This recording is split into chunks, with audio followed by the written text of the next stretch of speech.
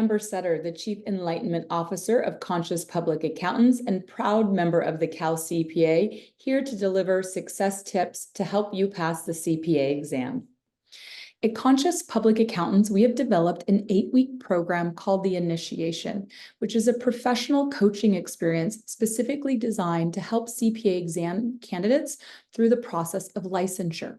This is a little bit different than CPA review courses because we're not teaching the technical information.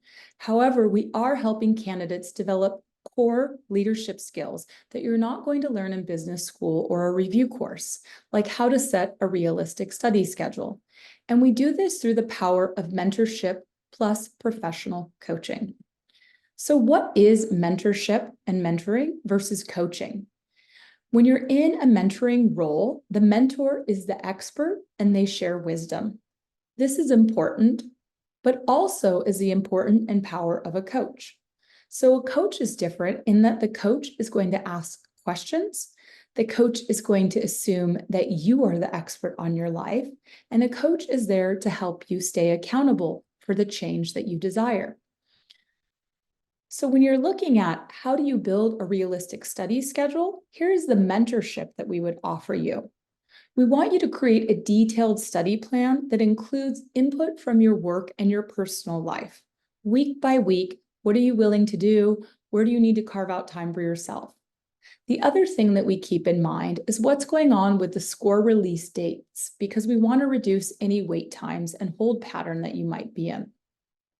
We recommend that you're going to study from 10 to 20 hours per week. It's not fruitful to only study for 5 hours a week for maybe 10, 15 weeks, because as you go on and on and on, you're going to forget what you studied in week 1 and 2 when you're not putting in a large chunk of time. Then we test reasonableness. We work backwards from your planned exam date. If you're trying to take something because it's only offered up until a certain date and you're trying to get there, we're going to look back. Does that actually work for you or not? And then finally, we make some suggestions to think about what might be the exam section and content that's aligning with your work life. So as an example, if you work in tax and you're thinking, okay, this is good and I'm getting this and I understand it, the regulation exam might be easier for you. Why do you want to consider that? Well, if you're coming to the exam and you failed a lot and you're not feeling good about it, you might want to boost your confidence and take that regulation exam. Or maybe you're already confident and what you're thinking is instead, I want to take the hardest one because I got to think about that timeline, that rolling period, and that I only have 30 months in California to take it. The other distinction is how we coach candidates, right?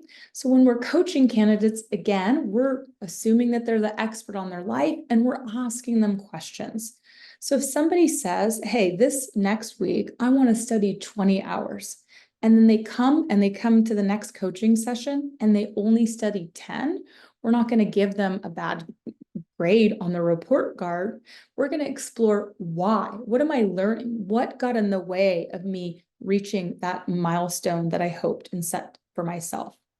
The other things that we do is we group candidates together for support and accountability. So a very common bit of feedback that we hear is, I know I'm not alone in this struggle.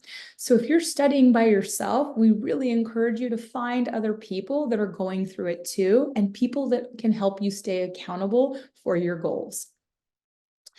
You want to also have an environment that feels safe and supportive that allows you to share very freely. Right? So sometimes you can be in a very supportive work environment where maybe they're paying for your review course and your exam sections, but you're failing and you're feeling like, oh my gosh, I'm an imposter. They're going to find out I don't understand accounting.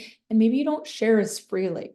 So you want to find those spaces where you can just let it all out, because anxiety takes up the place that could be held by your intellect, and you need your intellect for that exam. And the other thing is we really are making sure from coach that we're helping people to plan for rest. And what does rest look like for them? And what do they need most to fill up their charge as they're going along? Imagine you're like a cell phone. Oh my gosh, I'm at 10%. What am I going to do? You need to charge yourself up. While it is so important to know the technical information and best practices for taking the exam, what is also of utmost importance is how you, the unique you, is going to achieve this goal. After all, you know you better than any person on the planet. You know your hopes, your dreams, your fears, your ambitions, any self-sabotaging behaviors that you have that are going to get in the way of your studies. And this is why coaching is such a powerful tool, because it creates the space for you to commit to action and then explore why you are taking the action or not. Thank you. And on behalf of CalCPA, we wish you all the best with your studies.